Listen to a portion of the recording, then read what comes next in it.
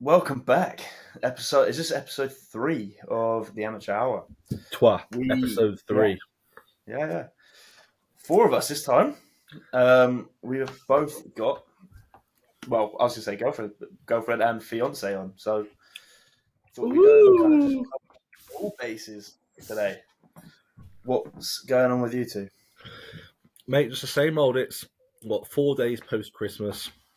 We're still eating our chocolate, Christmas chocolate that we're just ploughing through, to be honest. But it's been nice, mate. It's been good. Spent time with family. Stressful, like yours has been. Loads of people. Out of routine. Eating loads of food. Feeling big. Getting back into the gym, having some mad pumps. Can't wait for diet. And Charles dieting, tomorrow? Tomorrow or Sunday. She's stressing about when she wants to start on the diet, mate. Is what people Get the do. chocolate in now, then. That's why she's got not only one on hand. Shut up, that's not mine. She's got two That's not mine. two chocolate oranges on hand, mate. But no, it's been good, mate. Spent some good time with friends and family. And just back into routine now. What about yourself? Yeah. All the same, really. I think that the getting out of routine thing's probably been the hardest thing. Like, as you know, like thriving off routine within bodybuilding is pretty much everyone's kind of thing. And then as soon as you're thrown out of it, it's like, what the fuck do I do? So that trying to balance all that out, and obviously still enjoy like having Christmas and good time and stuff. But yeah, 4 days. Christmas feels like ages ago now. Yeah. Back into the routine and everything now. Slowly getting back into it. And then, but yeah, we're all good. Mate, did you get your family going like, oh, so you still eating your meals? Are you still training then on Christmas Day? I don't know if you train on Christmas Day, mate. We had it all, mate. We had people going like, so you got to eat your meals then? You eating that much on Christmas Day? I'm like, yeah, so I ate a normal pre-workout, post-workout, and they're like, you're still going to be able to fit that in? And I was a bit taken back thinking that they thought I couldn't eat that much in the first place. But I was thinking, well, yeah, I'm trying to keep my routine. And then they're like, so you still get up and go for a walk and that. So like, what are you doing? I'm like, yeah, I go for a walk, do cardio. You go on the bike on Christmas Day? I'm like, oh, my. Mate, the amount of conversations I was having justifying what I was doing to people, like keeping my routine. Because if I don't keep my routine, mate, I don't get up at the same time, do work, whatever. Yeah. I go mental. I genuinely go mental. I can't sit down knowing that I haven't done the stuff that I usually do just because it's one day. Mate, but that's the same. Me and Charles both went. Actually, no, you didn't go to the gym, did you? No, I went to the Nans. Yeah, I went to the Nans and then went to the gym Boxing Day, and they were just there like, "Oh, can't you just have one day off, mate?" Oh my god, yeah. It's the whole like, are you really gonna eat again? Are you still hungry? That's the line. That's the line. Are you gonna eat again? It's like, yeah. Like, oh, you're gonna have another meal after this one? Yes. Yeah. Like, why? The Christmas dinner's great and all. Like, it's not that much. Mate, I need more. Right. We like Christmas dinner, don't we? But it is, if you actually think about what it is, it's meat, potato. Yeah, it's wine cooking. So there's a lot more. Yeah, see, my stepdad's cooking's banging, but still, like usually, like if someone asked me to go for like a Sunday dinner, it's like veg, chicken, whatever meat, and it's not that much, mate. It's not like we're used to having like 150 grams of dry weight jasmine rice and all that stuff. That's not covering what we're having like with 5 roast potatoes. And they're going, oh yeah, we're stuffed. And I'm thinking, well, can I have another plate, please? Yeah. That's what I'm saying. Man. But now this year I asked for a big oval. I don't know if you saw it, but got a big oval plate, like a sharing plate. So that was it. Did me nice. Charles was pretty stuffed, weren't you? Very good. Decent. Charles sick of food now, mate. Yeah, I'm just over it. Yeah. I don't know about you. What's that point of food where when you get to a point you're there that you? For me, want a cookie box. For me it's pre-workout cream of rice. I'm thinking if I can't eat my pre-workout, that's it. It gets to the stage where I have sludge on top of my cream of rice, and I start mixing it in. And when I can't eat my cream of rice, that's when I know that it's. What's your sort of like limitation factor? Exactly the same. Cream of rice. It's all the food that isn't like based like chicken and rice or whatever. Cream of rice, oats, etc. Like that type of food. As soon as it gets to the point where like I can't stomach it, I'm like, yeah, I'm done. Like I can't finish my food today. Cream of rice pre-workout. takes me like 45 minutes to eat. So long. He started switching out, like, what was it, 40 grams for rice cakes. Yeah, now. I was like, I need to eat something else. I can't, because I have like, it's meant to be 175 grams pre-workout. I'm like, no, Charles is struggling with like 50. Mate, you should have seen it, bro. Yeah. Like, if Charles pre-workout could picture peak off season, I think it was like 2 squares bars, a protein shake, dark chocolate. Oh, it was funny, mate. It was like literally squares, bars, and a shake, and I'm there like, if that could describe peak off season, that would be it. But my oats are just about going down. But when it gets to cream of rice, and I'm mixing in the whey, and that's not going down. That's where it's finito, mate, for me. Because I can eat chicken and rice all day long. Yeah, exactly. That's what I mean. I think last off season I got to a point where I just said to Tom, I was like, can I just have chicken and rice pretty much every meal? Because I can eat this. So can I just? I think I had like 4 meals just chicken and rice last year, and then the rest was like bagels or something easy. Bagels, jam, and whey. That's what happens, though, mate. What I remember, and I'm thinking. It was horrendous, wasn't it? I remember us like having like an hour for eating our pre-workout. And I'm thinking, I hate doing this. Yeah, it's awful. It's horrible when you're especially because Lucy eats her food like at a normal rate, but still quite quick. She'll be sat there and it's digested, and I'm like I can't finish my food like a normal person. Just super slow. I am slow. I eat very slow. But the thing is, on prep, I eat so quick. Yeah, you sit there and you just stare at your bowl. That's like me, though, mate. Honestly, I'm scranning my food, mate. On prep, I am. I literally had to tell Tom on prep. I was like, slow down. Like, you sound like an animal. Like, That's what I said. That's exactly what I said. She was like, you can breathe in between, and I'm there like, no, I'm not breathing. I'm not breathing. I want to get my food in now. That's now it's like I'm sat there looking at my food, and I do not want to eat it. But maybe that's what it gets like. But yeah, Charles there, like, you need to slow down. Like, this can't. But I just didn't slow down. No, you're wild slow. And now I still eat with a baby spoon though. For oats. I did that for a little bit. I had to swap it out because my meals were taking way too long. So I was like, I'll eat a big spoon, and then it just didn't change. It's not the fact I do get me wrong, I do like eating with it. It makes me eat slower because I do eat really quick, so it makes me eat slower. So it's not too bad. But other than that, mate. On prep, it was brilliant. Yeah. Yeah, Charles got me them. You got me them, didn't you? And I've still got them now, so they do bang, to be fair. They make me use that. But anyway, introduce yourself. Charles, tell people. Everyone knows her. Everyone knows it. No one knows No, who. you do, because you've just introduced me before. So Lucy, what to say? Hello, I'm Charles. Charles.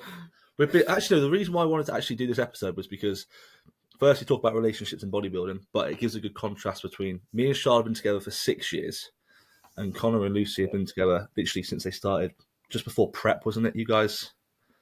Yeah, so like almost 8 months. Probably 9 months now. Yeah, so the majority... almost 9 months. No. We got together in April. Yeah, how long ago? That's December, yeah, so what's that? 8 months. I can't do 8 maths. months. Yeah, 8 Yeah. So the majority of their time spent in a relationship has been During prep. Where we didn't do bodybuilding until like 3 years into our relationship, was it? We've been doing it 2 years. Yeah, 2 and a bit years. So yeah, 3 and a bit years. We actually I was into rugby, all of that stuff, and then we sort of like transitioned into bodybuilding, and then you went to the gym a bit though, didn't you? I've always been to the gym. But me and Connor spoke about this. I've always been to the gym, and now it became like bodybuilding, like focus, like 2.5 years ago. But yeah, now my fiance, so she's stuck with me, mate. She's stuck with me. Here she is. She's absolutely gutted deep down, mate. She couldn't say no. Everyone was like, "Oh, she's going to say no," and I'm like, "She's not going to say no. She's going to say yes." And now she said yes, and now next thing you know, mate, she's stuck with me. But you know how life is. So you two were together like before bodybuilding. That's pretty cool. I don't know. Mate, yeah. So funny story. I'll keep it short. We met 9 years ago when I actually lived in Exeter, and Charles lived in a little town. We actually we met on holiday in Tunisia.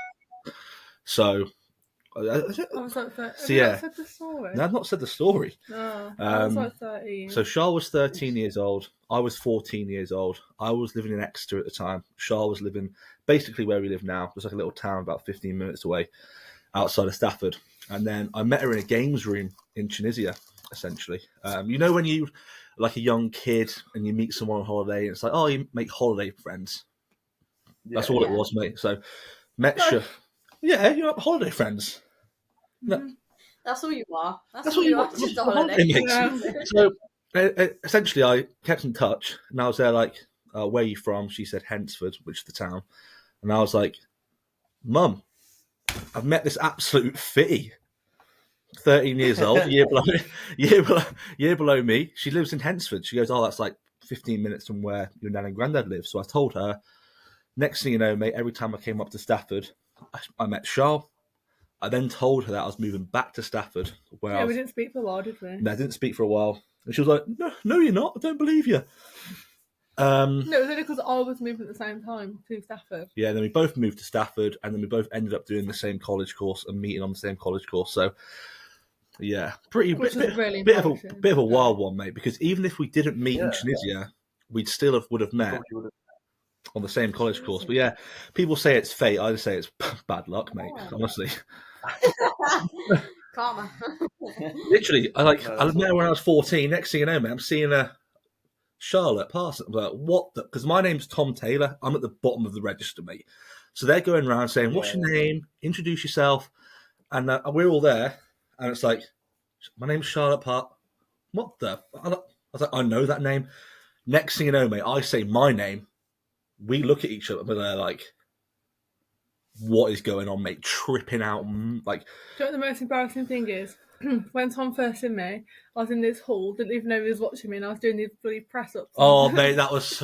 Mate, first, mate, I walked into her classmate, she's doing, like, this, like, fireman's test or something, like, doing press-ups and that, and she hated it, mate. But yeah... No one was running. So that's essentially how we met, and then we've been with each other ever since, mate. So, literally start of college all the way up until now. Yeah. Fuck, man. That's a way better story. I just slid in the DMs, man. Mate, sometimes though, mate, it's people go to me, "Oh, how'd you meet?" And I'm thinking, we got to tell the story. Because people go, "No, it's not true." Yeah, but I'd rather sometimes just say yes into the DMs, and then we just met up and then go from there. But yeah, nah, that's how it was, mate. That's literally how it was. But cool. Yeah, it's all right. It's like we met. It was nice. It was nice because we knew each other. We've known each other for like near enough 10 years. I've been with each other for 6, so it's been good, mate. That's how we met essentially. But when you used into the DMs prior to prep, and then you thought, you know what, mate, I'm going to go into prep. I'm going to show the real side of me, mate. A grumpy, you know. The thing is, man, I wasn't actually planning on competing that year. My mind was like set on just like take the year off, and then I was going to do 2024. And then I met Lucy, and she was like, "Oh, I'm starting a prep. Like, you should prep." I was like, It took a couple of weeks to like convince me to do it. No, I'm glad I did. Obviously, like doing it together was way easier than obviously I think it would have been if definitely just you did it.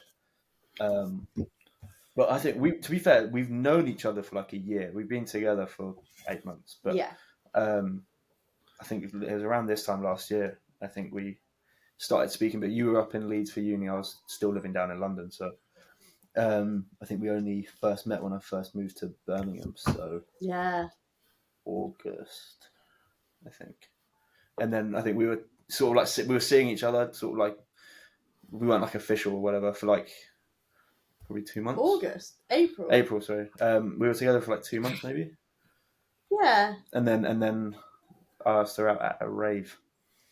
Oh, nice. In the middle of a mosh pit, mate. Yes, boy.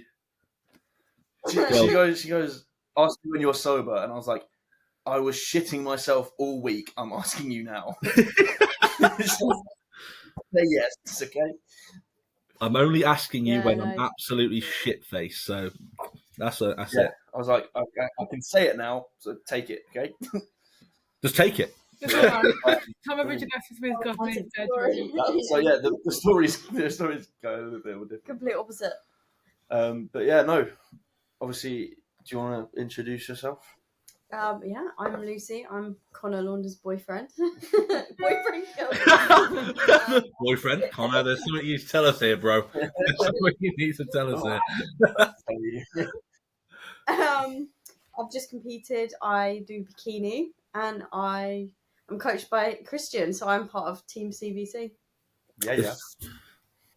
One second, mate. We've got the t-shirt to rep it out, mate. Team coached by Christian. How have you found it, Lucy? How have you found? Obviously, it's only been like what, a week? Not even that. I think I'm coming up to my 3rd week. Yeah, mate. No, 3rd week? Yeah, 'cause I think you like 2.5. You started with him when we did our last Mate, episode. that's so that was like flown 2.5 by. weeks ago. Yeah. Yeah. I only realised. Yeah, it was that day. Which was coached by Christian. Yeah, coached by Chris. How are you finding it, like in terms of the training style, everything? It's different.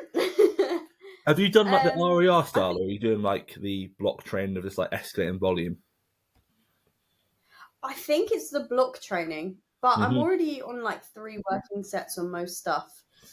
So I'm not sure how we're going to escalate from there, because I'll be in the gym for like 6 hours at a time. But... I had like 4 or 5 sets of stuff on some things when Christian was coaching me. Nah, I can't do that. I get bored. Yeah, I think he pushed food quite a lot. Protein's a lot higher than it's ever been, which is nice as well. I'm not hungry anymore, because I was still starving after prep because my food was so low. Not low, my protein was so low. So I think obviously like satiation from that. But no, he's really good. He's super supportive. Like replies to me straight away, and he's always really like positive and sorts me out whenever I'm like stressing about anything. So yeah, no, I couldn't ask for anything better, really. AKA how to be a good coach.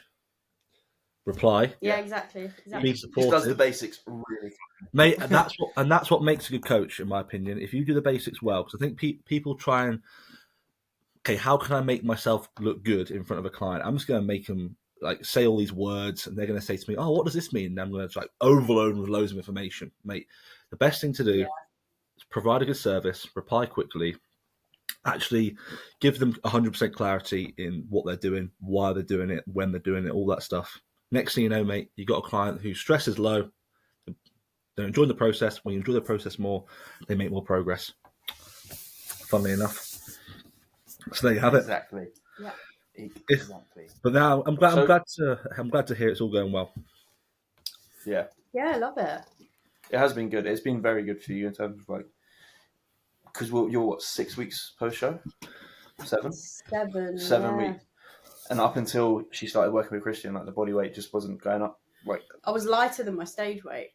Yeah. For like 2-3 weeks. So it's just like she needed food. Yeah. So it was like the best move you made, 100%. Yeah. No, it's been really good. I'm glad. Because you need the scale weight on. You need to get the weight on. People shy away from that. Do not shy away from that, please. Please do not shy away from that. But like I said, the whole point of this episode was to go through relationships in bodybuilding. Also as well, like I said, the contrast between us being together for a long time, you guys being together for a short time. But did you find that prep was hard for your relationship, or did it make it better? I know you said it was good to do it at the same time, but did it make it better? Did it make it worse? You're still finding out so much about each other about the prep. I think it made it better. I think it was like, it was one of those things. It was like, if you can get through this, like you can get through most things together. Yeah. Because it's like, as you know, it's fucking difficult. But when you're both doing it, it's like you're in it together. Yeah. So it's like we react to things differently, but we have to like figure out how each other react to it and stuff like that. It's good, but I think it definitely made us like stronger together, I believe. Mm-hmm. Definitely, yeah. I think we also had periods of time when it was just one of us in prep. So I started before Connor and I finished after Connor as well. Yeah. So we kind of got I'm still waiting to see you diet while I'm fat and happy. Yeah, I think I'll be alright with it because Lucy's so fucking strict with her food. Like, I'll be alright with it. I'm consistent. That's You're consistent. You're consistent. So I think I'm right. What happened with you two? Like, were you like was there? Because obviously it's just one of you doing it. Were you like arguing about things, or was it pretty chill? This will be great from Charles' perspective, mate, because before prep, like I said, mate, Charles was absolutely. I think. So before prep, there were so many people saying like that their relationship has suffered, and obviously because on Instagram, like follow bodybuilding couples, etc. Like you see so much of them, then you automatically get this negative perception of how prep's going to be. So the only thing that I said to Tom was before his prep was just communicate with me. You know, I'm not a mind reader. I don't know how you're feeling. I don't know what's happened if I haven't watched your check-in or what's changed or whatever. So I think because our communication was good from the get-go, it made it a lot easier. Mm-hmm. However, I think if we didn't have that conversation, we would have struggled. And don't get me wrong, there was days that were hard, obviously, to see him just like a skeleton. Do you know what I mean? Like, just lying there. No. Skeleton? You know what I mean? Really like, big I was. I'm not a skeleton. I was massive. Maybe next time. But, no, just to like see your partner obviously like that, it's hard. But I suppose as well, though, like you said, like when you both do bodybuilding, it does make it a lot easier. But I've never prepped either, so... But I think I'm quite an understanding person. Yeah, I think Charles understood me a lot. But I remember her saying to me, mate, before prep, she was like, I'm so worried about your prep. Like, I am shitting myself about your prep. And I'm like, there's no point worrying about it because I knew, like, her needs and she knew my needs from the start. So nothing really changed in that aspect, but I can't expect them to understand how I feel. But most people, the reason why relationships go down the drain, mate, is they expect their other half to be like, well, I feel like shit. Why don't you know that? Like, you're expected to know that. Yeah. But it was more the fact of like, mate, you have them days, don't you, where some days you feel really good. And then some days you go into the gym, you put one plate like aside on the Smith machine and it feels like a house. And I'm thinking, oh my Lord, mate, I feel like utter garbage. And I would literally tell Charles as soon as I felt like that. I'd just tell her. Not all the time though, where I'm there like just telling her I feel like shit all the time and just wanted some like reassurance. It's just the fact that like if I'd come back from the gym and eat my post workout and then I had to get steps or whatnot, she'd understand that I'm just like probably if I was in one of them moods where you don't realise you're in the mood at the time when you just like shut yourself off. She would understand that. She would then communicate that with like my mum, my nan, because I live with quite a big family, so I can't expect everyone else to understand how I feel. I can't expect my 69-year-old nan to understand how I feel, mate. But it's more the fact if I communicate that with Charles, then she can be like, oh, Tom's just a bit like buried. Because it was hard towards the end, mate, when you're on like 50 carb what training days. I think as well though, like for your first few months in prep, I was dieting, so it made that start a bit easier because we obviously both got up early, both did cardio, so it made it a bit easier to start with. But then, I was doing long hours at work, like 12-hour shifts and stuff, so that made it easier to not be together all the time, as well. It worked out really well, mate. But then the fact that Charles was there, she understood the most she could do. Because she understands that she can't fully understand. But some people, they're like, I understand how you feel. And they're like, you don't understand how I feel. And the fact that you're trying to understand... That's probably the worst thing you can... Mate, it's honestly, it's so true. Prep, you don't know. Like, I remember one time, it wasn't this prep, on my first prep, I remember, bless her, but like my mum was trying to get it and she was like, no, I know how you feel. Like I've felt like this before. I was like, no, you haven't. You definitely haven't. That's the thing. There's no way. And it does make it worse. But then you got to think it's only coming from a good place, and that's why I communicated. It's why I communicated my feelings through Charles. So my mum hasn't got to be like, it's like a different approach to it, isn't it? Yeah, like my mum's not worrying about me going, is he all right? Is he this? Charles, they're like, yeah, he's all right. He's just having one of them days where he just feels pretty crap. So, and then they got it though, didn't they? Oh, mate, my family was so supportive, man. I don't know if you're like following me, but like they would be out for walks in the morning. They'd come out for walks with me in the morning. Like they would get up, they'd be like, "What time are we going for a walk?" And I'd do my cardio. My mum would sit with me while I do cardio, talking to me because, mate, as you know, mate, when cardio is done with somebody talking to you, it goes so much quicker, so much quicker. So, Lucy, just a question. Are you close with your mum or dad? Because I know that when I do it, my mum stresses her absolute bag off So never mind in prep. I did that because like she just doesn't she? I haven't done a prep. My mum just panics, but like just in the fact of like my last diet when I was like hardly any food, my mum was stressing me out that much that it affected us a bit. Oh mate, So but Lucy's done like 3 back-to-back. Is it like 3 back-to-back preps? No, yeah, that, like, yeah. So family can have an influence on your relationship. Definitely. yeah, I found that it was definitely easier to prep while I was at uni, obviously because I was in control of everything in the house and I didn't have people constantly looking over me, like parenting me. Which is obviously, as you said, Tom, like it's all coming from a good place. They're not trying to sabotage you or anything like that. But like, obviously there will be concern, but I think they just need to kind of see the end result to fully understand it. Yeah. So I think it's harder for parents to understand when you're just doing like a random diet in the middle of the year, rather than when you've got something you're working towards. If you get what I mean, something like physical that you're working towards. No, so I feel like it might be easier on your mum, obviously, to see you get on stage and see like what all of that was for. I guess. Yeah. Well, it's true. They get it like more and more. Nah, but while I went on stage, my mum, mate, she was breaking down and saying like, "Oh, it's amazing to see you up there." I'm thinking, well, it's good to see like 26 weeks worth of you worrying about me has been all worth it. And now she's like, now it's completely sound. Whatever I'm doing, I always tell her what I'm doing. Like, oh, what's the goal now? You've always had the conversation. So you're doing it all over again? You're getting all fat again? And I'm like, yeah, we're doing that again. And then it's like just making them feel like they are part of it essentially, but letting them know obviously what you're doing and stuff. But when I was dieting, mate, it got better and better the more it went on. And usually it's the other way around, where they see you getting leaner, they see you getting worse in sort of energy, and they're thinking they're getting worried and worried and worried. My mum was like, the worse I felt, the better my mum was. Like she had to like perk me up a little bit, or she would be helping me out a little bit. And then it's like, it was quite nice to see, like when I got to like 7, 6, 5, 4, 3 weeks out, they were like saying to me like, what time do you get up in the morning? Let's go for a walk. When do you get your steps in? And I'm thinking it makes my life easier knowing that they're happy with seeing me get like all that. So it was nice. It was nice, mate. So that's probably the benefit of.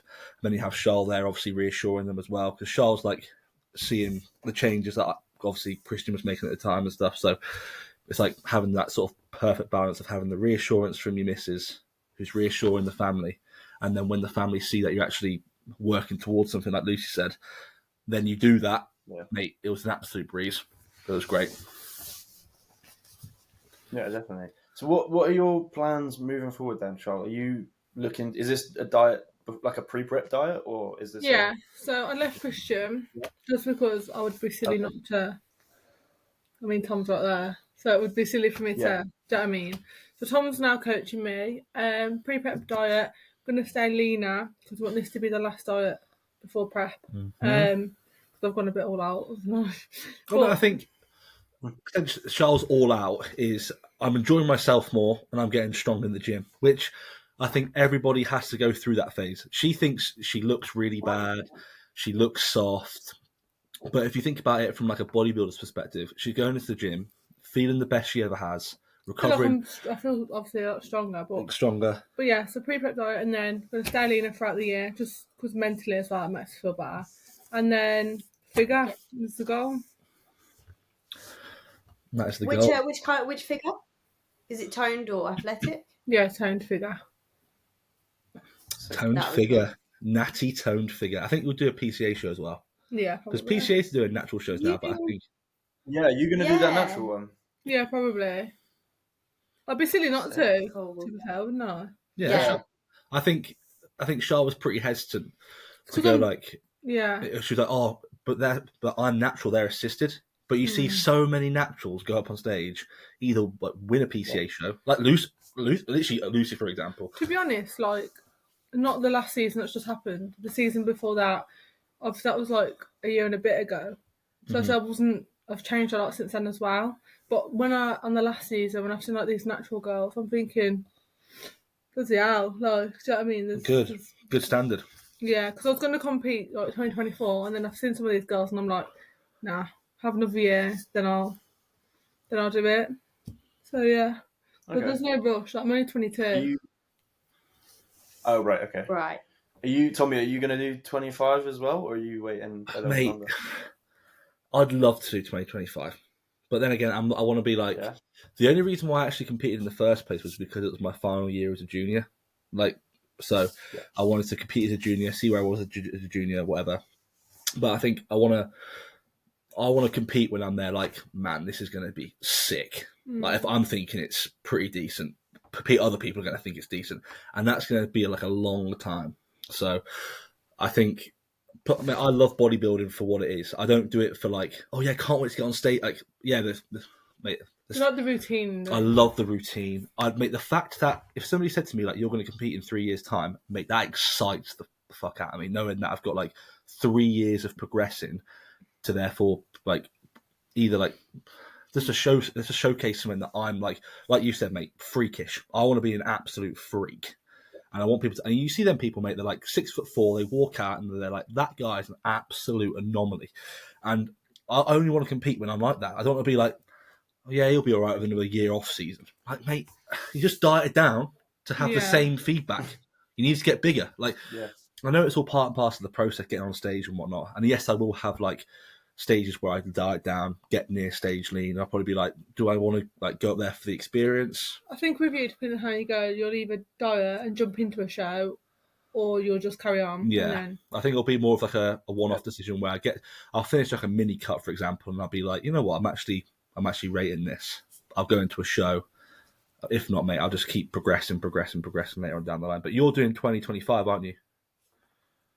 Yeah, we're both aiming for 2025 again. So sick, I think speaking to, like both to our coaches and also together, I think we definitely want to try and aim to do like an abroad show, just for like the bands. Like the abroad shows look fun. The Amateur Olympia in Spain looks really cool, so I think that would be a good show to do. And it's also just like, from what I've seen, when people go to these abroad shows with like their coach, their partner, their friend, their whatever, it's like, it just seems like a great like time away. Yeah. So I think it could be quite fun to aim for something like that. But both going for 25 again. So I think it's quite nice because we've got this year to like focus on business, focus on just life outside of bodybuilding as well. Even that's the thing as well, like to do with my prep is hopefully by then or within 2025, me and Tom will be in our own place. So I feel like when you're prepping from your own place, it's a lot different, isn't it? Than we prep. Oh, so much easier. 100%. Yeah. But that's another thing as well, isn't so it? much easier. Mate, it is easier. It is easier. But mate, the Amateur Olympia is actually being held in the UK this year. Yeah, they're doing it in London, aren't they? Next year. I definitely want to try and get tickets for that in 2024, because I think they're doing 2 pro cards per category or per class. Yeah, I think class. it is per class. Yeah. So they're giving it's basically it is the Amateur Olympia. I don't think is it actually called the Amateur? It's the European Championships, I think. Yeah, that was it. European Championships. Yeah, that's what they call it. But the Alicante one's always. Yeah. It's always run really well. It's always so. That'll be a good one for sure, mate. But I think an abroad show would be pretty sick, mate. It'll be good to see, and it's always a sick time, mate, when you see people go over like abroad. Yeah, it'll be good to try because it's an experience. Like competing abroad comes with so much more, like, well, not more, but like it's so different because it's like there's so much more you need to think about. So it's like travel time, managing like water retention on flights, and stress management, everything like that. It's just a different challenge. Like it's something, you know what? I'd rather compete there than I would in fucking Braywick Leisure Centre again. Do you know what I mean? Mate, Braywick Leisure Centre. God, you need a good venue. The venue actually makes the day so much better. Like when we did PCA Hull, we were talking about it earlier. The venue that is in Hull, PCA Yorkshire in Hull, is like a massive theatre, loads of seats, wicked stage. Like you feel more of an athlete than you do walking around with like kids with fucking armbands and swimming goggles on. Mate, you feel like it's worth it though. The leisure centre's just Mate, it's true. Like you've been dying for all this time. You want to present yourself at least on like a nice enough stage where you're going to get nice like that, which is going to make an accurate representation of all your hard work. I mean, you don't want to come out to people, like you said, with armbands and stuff, scream. It's just little things like that, mate. It just is little things like that that make the experience better. Looking back at it on like a better note as well. When you're there, it makes it better. And it's just the little things, mate, that just sort of add up. So I completely agree. You feel more of an athlete. Like, it just feels worth it. It's like, okay, this was cool. Like, I enjoyed it. So it's an experience. It's more of an experience. Most definitely. So I think that's definitely fun. Because I think realistically, if two bros want to keep going and being like the main one with the IFBB in the UK, they can't keep holding them at just leisure centres. Like, they should try and obviously I get it with like how many shows they do, and it's probably cheaper to run it that way. But like, they make enough money. Like, put it in a theatre or something. Mate, like, I was gonna say, PCA do it really well.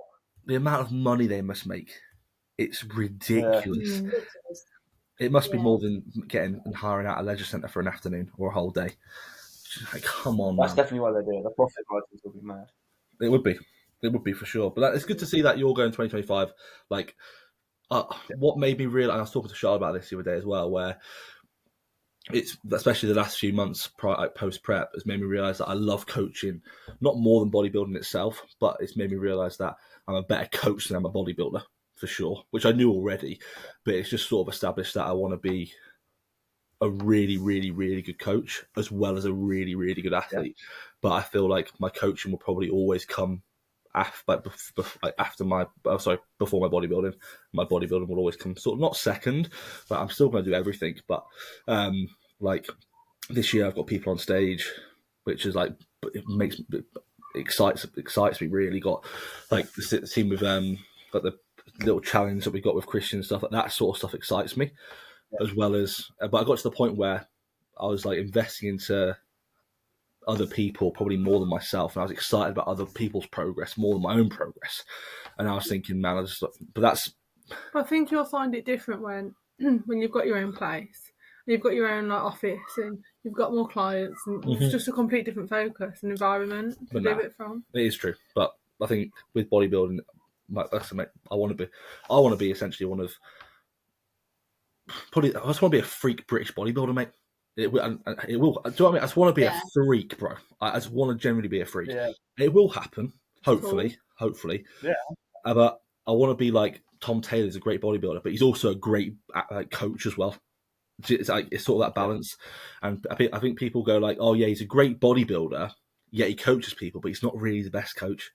I want it to be like, mate, that tends to be that tends to be quite frequent in the industry. You see these top level some pros, and it's like he does coaching, but you can tell he just does that to pay the bills and just like fund his own bodybuilding. Yeah, and he's not a coach; he's just a bodybuilder who coaches, and it's like, exactly, mate. You can really tell who like they're coaching first. Like Christian, for example, Christian, like he still bodybuilds, he still does all this stuff, but like you can tell he puts his clients way ahead of himself. Yeah. So it's like it's clear because it will show in your results and in your success with business and everything like that. So I think if you're definitely trying to do both, like you can take it quite far as well, man. Yeah, but it's obviously hard. Like you've seen Christian, mate. He sometimes goes like, "Oh, it gets too much." But mate, he has like over 100 clients for the past 2 years. He travels here, there, and everywhere. You can't expect to be like living like a proper bodybuilder as well as doing all that sort of stuff. Unless you sacrifice your own coaching by bringing your coaching like numbers down. Yet he doesn't want to do that because his love for coaching and helping people is so high. Like he wants to coach everybody. So you can just tell he loves coaching more, and that's probably where I've got it from as well. Because like the satisfaction that he gets from helping people is exactly what I like to see the satisfaction that I help getting people as well.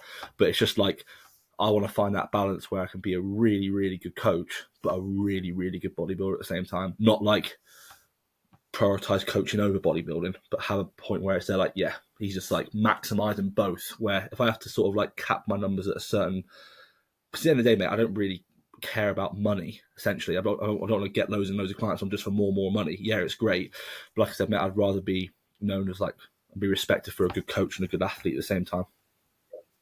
So yeah, I think that's definitely the best way to do it. If you do it for mainly money, it never really turns out.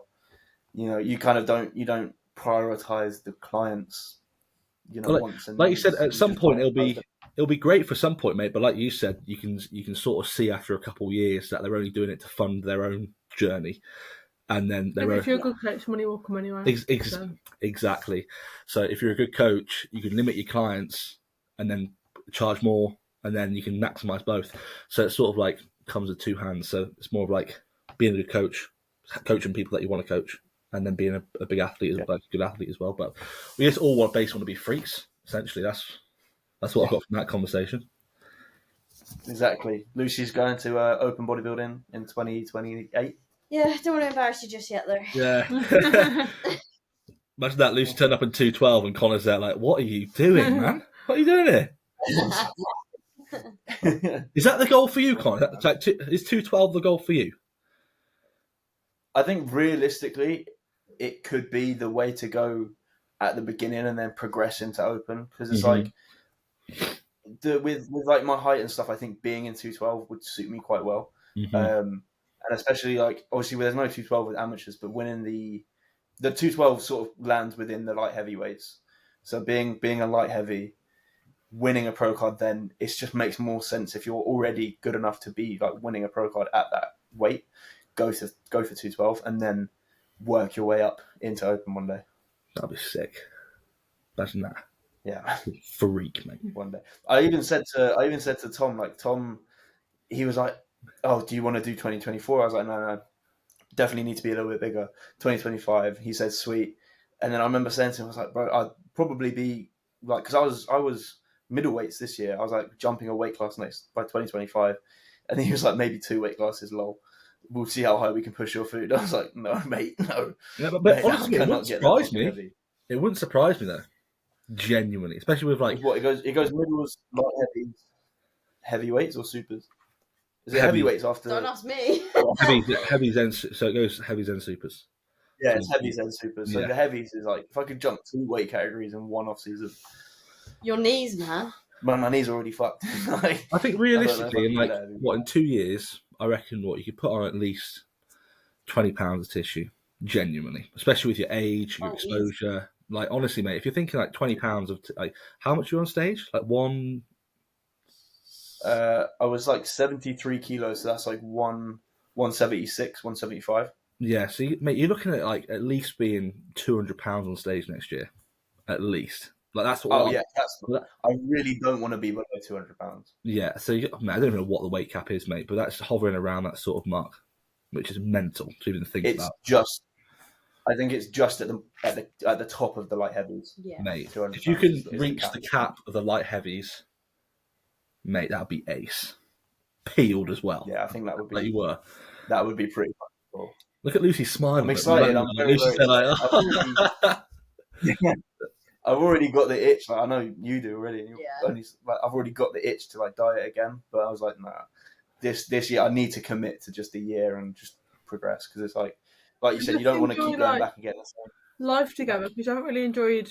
That's what I wanted to mention. That's what I wanted to mention, mate. Because like you haven't you might have gone out for meals together, but like on a constant week to week basis, like me and Charles have like every Saturday night we'll have like an off plan meal together. Obviously, we'll have like a few things in the week, whatever. But like we'll like go to a hotel, go for drinks. Yeah, like going out, we make that night just like all about just being normal, essentially. Yeah, it's more like just to be present. Yeah, just to be work. Like we don't want to look back at this time and be like, oh, we spent our young 20 or like early 20s sitting in, because we have done it before. Like we get a takeaway and that'll be our off-plan meal, and essentially it'll only be like 15 minutes worth of eating. But we always try and make a conscious effort where if we get a takeaway, we'll go and drive somewhere, eat it. Like one week we went to the reservoir. But we learned that through prep. Yeah, but we learned that through prep, where we just got obviously can't afford to go out for a takeaway every or whatnot, but like to try and like go out for that occasion, enjoy it, and then come back. And because like you don't want to be, anyone can sit on a table, mate, and have chicken and rice. On the table. You can all sit at a table and have Chinese, like a normal meal, and then what's it then? It's like, and then you look back and you're thinking it really like sort of maximise your time together in the off season. So that's something that we have improved on massively. Every single week we just try and detach ourselves from eating inside, like where we always eat every single meal. It's but now what is there? Are you looking forward to that time together, like in like this year? Yeah, Definitely. Got I think. our eyes on a few holidays. Yeah, we want to go on a couple holidays this year. Like, just get out because it's like, well, I haven't been abroad since like 2018, 17. Like, I haven't been abroad for fucking ages. So we really want to get on like at least 2-3 holidays. Yeah. And then like some just us, and then some with friends, and want to go pretty much anywhere we can. Really, I think this time away from competing is going to be focused on us and like business and life, because it's like it's we know that 2025 is going to be dedicated to bodybuilding. That is what that's a good, mate. It's a good outlook to have, bro. It's a good, because essentially that's where you're going to make the most amount of progress. Like I said, if you're going to enjoy it, you're going to make more progress. Yeah, you just are. And not detaching yourself from bodybuilding essentially, but making sure that you're still hitting your body, like food, you train. If you train hard, you're getting your food in, you can still enjoy life on the side, and that's something that I came to realise that I need to do to get most out of my progress. Yeah. And also about my relationship as well, essentially. But where are you planning on going? Because Charlotte wants to go to... Where do you want to go? Oh, Greece. Rhodes, or want to go Santorini.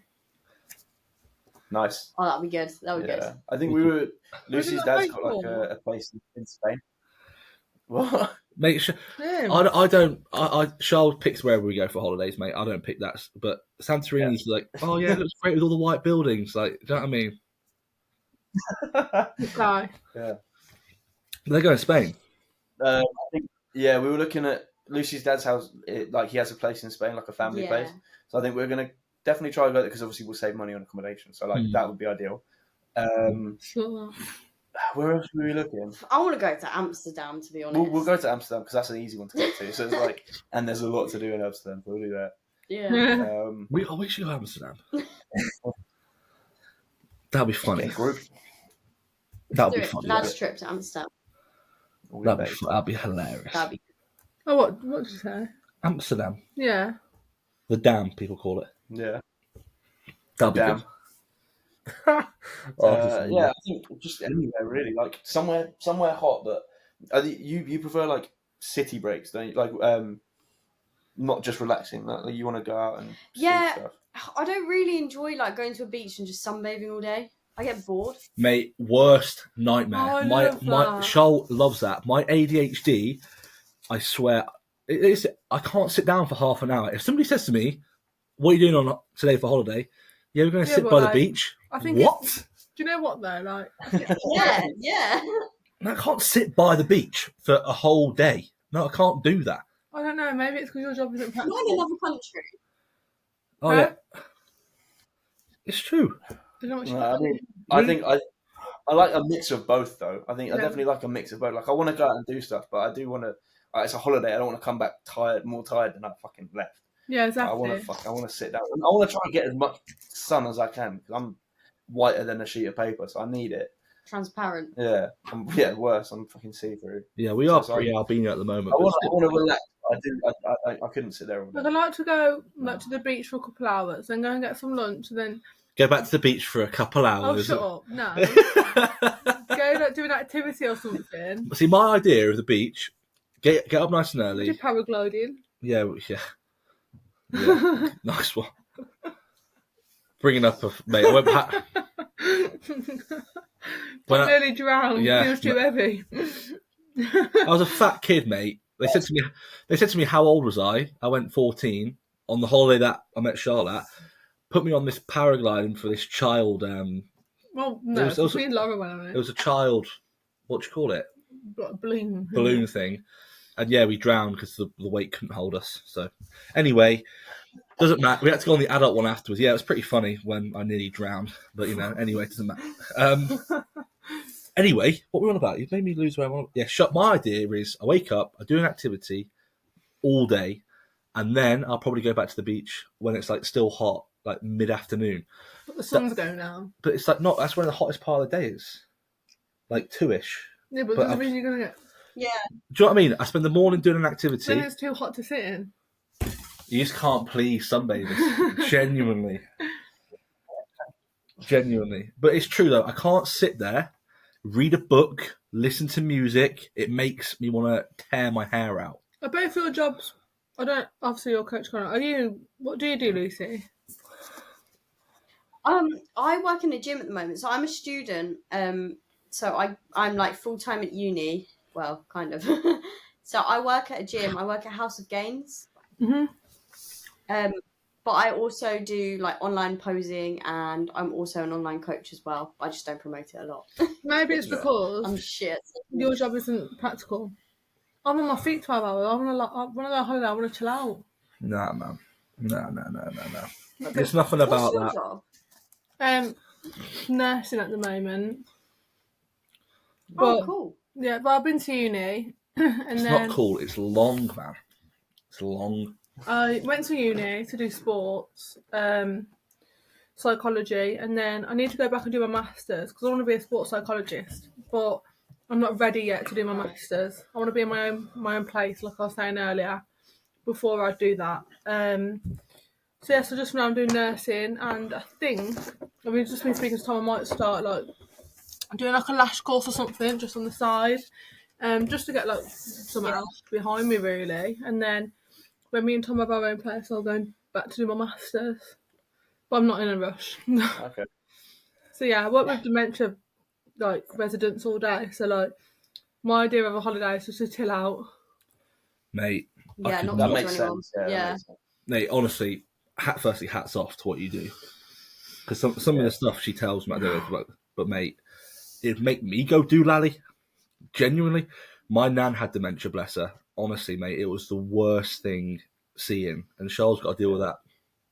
That's my own choice. I do enjoy it, but I say deal with that. Draining. You work with that, but I'm not surprised that you put. But I couldn't chill on. But we didn't when we went to Rome. We were doing like 30k steps a day. I was like, but to me, that's good. You wake up nice and early. I was making her some. I was going to the shops, walking, getting my early steps in, getting a nice protein yogurt. I was like, "Yo, let's go." Next thing you know, mate, you're walking around all day. No, it was nice, but like next holiday, chill. Or like the first few days, I like to chill. We're just gonna have an argument. I'm just gonna shut up. Yeah, we're gonna go on a tourist holiday, aren't we? We're gonna get loads of steps in and get. It was nice. Rome was good. If you like city breaks, I would recommend Rome. Rome does take well. Was there what like sort of activities did you like do when you were in Rome? You definitely got to do your research before you go, because if not, like if I didn't go that time, I wouldn't have a clue what to do. But like, yeah, let's go to the Vatican or Trevi Fountain. I didn't actually realise how much there was to do there. So we did quite a lot, didn't we? We did that, the Colosseum, like the main tourist like spots to go to. Then we went to this. Mate, it was so funny. Yeah, this like I don't even know what it was called, mate. It was like this adult fun Japanese fun house thing, and it was like different to do with like different artists, and it had like a different activity or to do something within that room. Like that's why the one room had like a ball pit. This other room to do Picasso, was it? Yeah, we saw that. Mate, it was so fun, man. Like don't get me wrong, everyone evacuated the ball pit when I was jumping in there for some reason, but still. He got told off. Yeah. And then we went on these boats. That was good. They got told off for jumping in a ball pit. What do you want me to do? Like, no, it's because she said you have to jump on the left and you jumped in right in the middle. Man. But we went on this boat. Like, yeah, this boat trip. That was good. It wasn't a trip. It was on one lake. It was like we're in a boat. Tom was Sailor Tom. Sailor Tom for a bit. That was really good. I feel like we did loads. What was something? Yeah, we went to the Colosseum. Went to the Vatican, went to the Sistine Chapel, saw the big man Pope as well, even though we couldn't understand a word he was saying. Mate, it was crazy experience. Everyone was like going ape at the Pope, like screaming, shouting, like cheering basically when this guy was talking for him. He just about woke up from about a 15-hour nap from what I saw. He did out of his bedroom. Did out of his bedroom in his pajamas. But yeah, man, that was. I feel like because we walked all day, like we'd get up early, go for like breakfast, and you walk somewhere else. Then we're like seeing like the main thing we were doing, like the Colosseum, for example. And by the time you've walked back, you're starving, so you want lunch. And then you find like little spots to have like a drink, and do you know what I mean? So yeah, it was nice. It was good, mate. But I like Charles said, I'm more of like, yeah, you could say OCD. In like, I want to know what I'm not like. You need to be here at a certain time. It was like, you need to book stuff, mate. So I was booking it in advance because you had to do it. And everyone said, "Oh, just do it when you get there." And then when you get there, there's a massive queue for about an hour. And I'm thinking, well, it's good thing to be Tom and be OCD and make sure. Yeah, like with a few things, but like you are very. That's what, honestly, you've got to be like it. You've got to be like, okay, you're doing this on this day, this on that day, this on that day. And then now she's going, oh, yeah, thanks, Tom, for organising it all. No, no, I never said it was a bad thing. I'm just saying sometimes the OCD is just too much. Yeah. In that sense. Yeah. It's just so sometimes you just need to enjoy yourself. Just go with the day. Oh, can you do that? Can you do that? Like, I mean, I think as long as I know when I'm gonna eat, when I'm gonna be like where I'm gonna be, I'm fine with kind of just doing what's there. But the little things that I need to know, I'm good. Like I know I've got my food ready. I'm gonna be out at this time. I've got food prepared. Like I'm good. Yeah, that's what I'm like, mate. But if somebody says to me, "What are you doing tomorrow?" and they go, "Yeah, I'm gonna wake up." Oh, what time are you waking up? Don't know. I'm not like that, am I? Yeah. Yeah, I don't. What do you mean you don't know? I'm not saying Charlotte does. Charlotte, if you tell Charlotte to be up at 7:30, she'll be up at 7:30. But when some people go like, "Do you want to be ready for like 9:30, 10:30?" I'm like, the morning's gone. Like the morning is literally gone, and I'm thinking, and then they don't get up at that time. But I think it is different, like when you're in a hot country to like a city break. Because when it's hot and the sun's out, like you wanna get up. Do you know what I mean? Like when it's cold, like you don't want to. You got to get that, surely. In the summer, it's easy. I know, I get that. Especially in the winter when it's dark in the mornings, you do not want to get up. Yeah. That's what I mean. It's so depressing right now, mate, isn't it? It's so depressing right now. Like it's pitch black outside. When I see in your stories that you've gone for a walk and it's like pitch black, I'm like, no, I couldn't. Mate, do you know how mentally drained? Like, I'm there. It's got to be done. I've got to get on the bike in the car. But the worst thing is, mate, the bike isn't in my house. The bike is outside. We've got this little like bar outside. So I've got sometimes, mate, it's chucking it down, and I'm thinking, you'll not get wet, will you?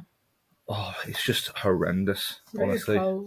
But then it's just got to be. I get up to my steps, and it's pitch black, mate. And then I come back, it's light, and I'm thinking it's such a mind thing, mate. It's like I hate it. Like, I'll go to work when it's dark, come back when it's dark.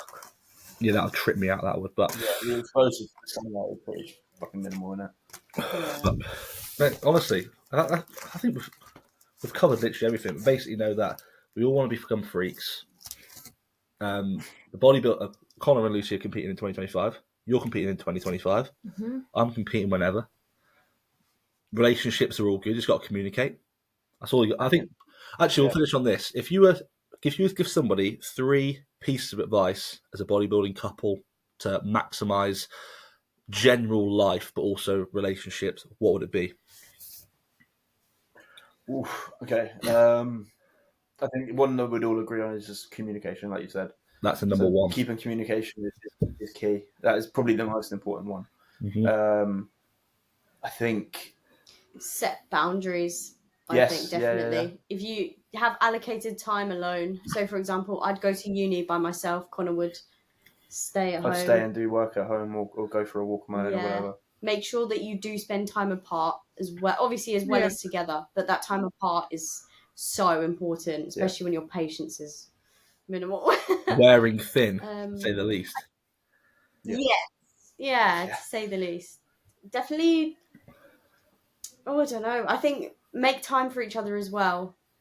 We did date nights in prep. Yeah, so we and like during the day, like if we were both feeling like particularly shit, we'd go to that park. Like we'd go to a nice park and take a meal, go for a walk, do something. We went to the cinema like probably once a week for most of prep. Even if it was a film like we didn't really want to see, we'd just go because it's something to do. It gets you out of the house. Like it's 2 to 3 hours of like you're not distracted by food. It's cheap as well. Yeah, it was enjoyable. I think that was making time away from bodybuilding is probably one of the most important things that you can do as well. That's what I was going to say. Make time away. Is that something? Did you try to do that on prep? Yeah, we just went for loads of walks, didn't we? Walks. We went to the cinema once, didn't we? Yeah, but our cinema bar is so expensive. It's like nearly 50 quid. It is. I know that sounds like a cheapskate. No, I'm not even joking. We looked at tickets. It was like, I think we looked at tickets for the recent Hunger Games. It's like £24 It was like 48 quid. And I'm there like...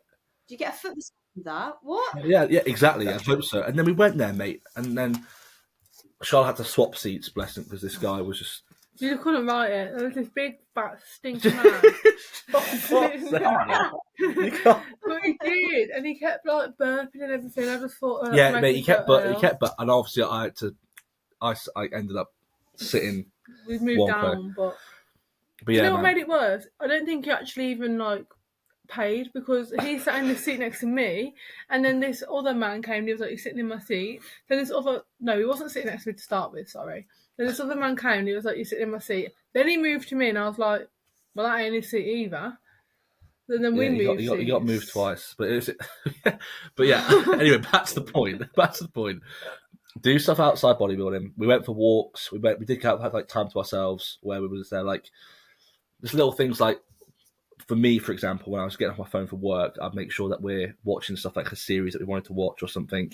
So it's just like us, like time for us. Yeah, I think towards the end it was quite hard that like, obviously I'm not in a prep, and like 7 months is a long time to not be able to do stuff with your partner, as in like go out and stuff. But yeah, it was hard. You have to make it work. But yeah, but I suppose if you're distracted and your partner's got other stuff to do. What would you say the most important thing was? I think communication is definitely number one.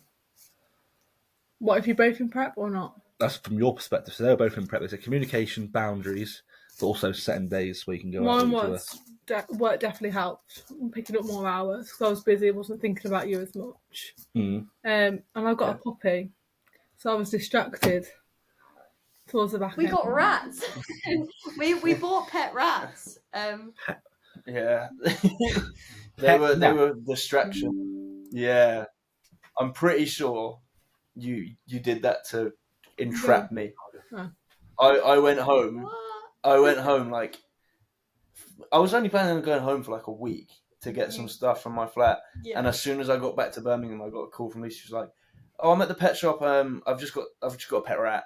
I was like, "Oh, okay." She's like, "Can you come back now?" Why did you get a rat? Everything. Yeah. Why? Well, it started off as a fish, and then I went to Pets at Home, and they were like, I was looking at the hamsters, and I was like, yeah, but hamsters die like so easily. And then they had rats, and I was like, well, I can't get a rabbit because they're too big. So I just thought,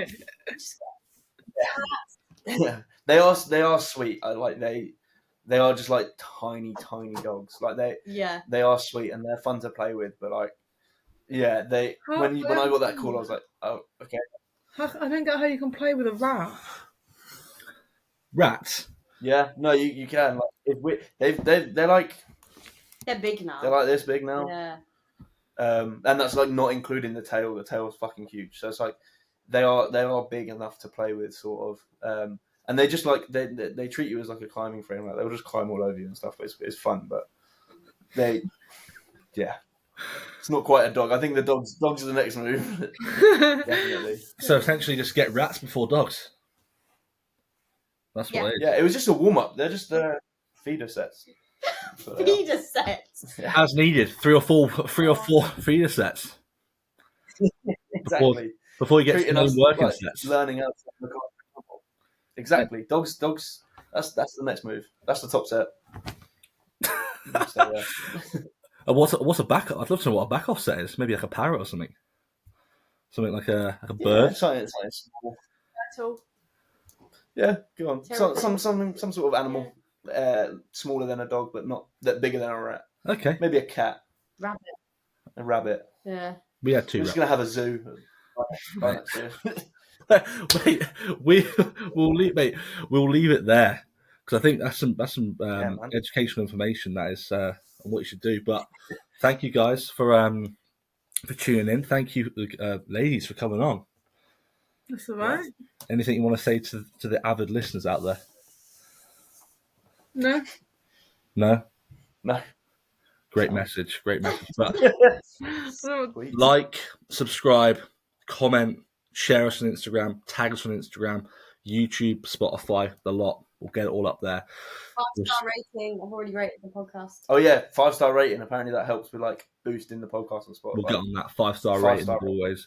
But we'll see you in the next one. It will be the first one of the new year. Me and Connor are going to be talking about. We're going to be getting new people on, coaches, as well as obviously talking about what's coming up in the new year, because all of the show dates have been released in terms of the Pro Quals and also as well the Two Bros shows. So we're going to get on that. Have you got any clients competing, Connor? Potentially 2, definitely 1. I think Lucy's got 2. Yeah. 2 as well. So it should be a good year. Big year ahead. But no, thank you, and we'll see you in the next one. Next one. Boom. Does that